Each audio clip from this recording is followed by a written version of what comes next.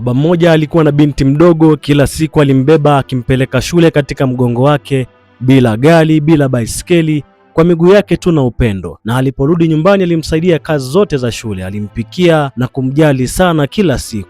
Baada ya muda mrefu, ilipita miaka 7, binti alijifunza jinsi ya kuandika, na usiku mmoja ghafla polisi wakaingia nyumbani kwao, wakatoa karatasi iliyoonyesha kwamba baba yake anatafutwa kwa kesi ya wizi. Polisi wakaanza kusachi kila sehemu ya nyumba, lakini baadaye katika meza askari mmoja akakutana na karatasi imeandikwa na binti yule. Akaanza kuisoma kwa sauti: baba ni mtu mwema kuliko wote duniani, baba ni mtu mwenye akili kuliko wote duniani, lakini baba ni mwongo. Chumba kizima kikajawa na ukimya. Baba ni mwongo, anadanganya kwamba ana kazi, na anadanganya kwamba hajachoka, kumbe amechoka, na anaficha kwamba ana kila kitu, kumbe hana kitu. Baba hata akiwa na huzuni anaficha na anaonyesha kwamba ana furaha. Usiku anasema anakwenda kupumzika, kumbe anakwenda kuosha vyombo kwa jirani, lakini siwezi kumwambia kwamba ananidanganya. Baadaye askari yule akausoma mstari wa mwisho unaosema baba ananidanganya, lakini namshukuru kwa uongo wake.